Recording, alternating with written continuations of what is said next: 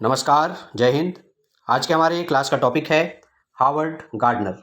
Okay, जो Howard gardener है उनको बहुबुद्धिमत्ता या मल्टीपल इंटेलिजेंसेस के सिद्धांत के जनक के रूप में जाना जाता है, या इनको बहुबुद्धिमत्ता के सिद्धांत का पिता माना जाता है।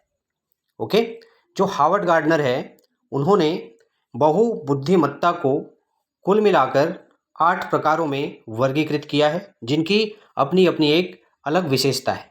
ओके,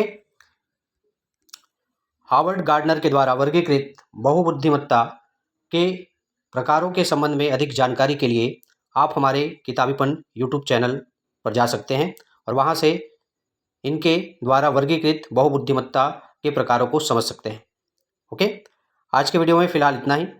ओके, आशा करता हूँ कि यह वीडियो आप लोग के लिए यूज़फुल और हेल्पफुल दोनों साबित होगा। Okay, thank you so much.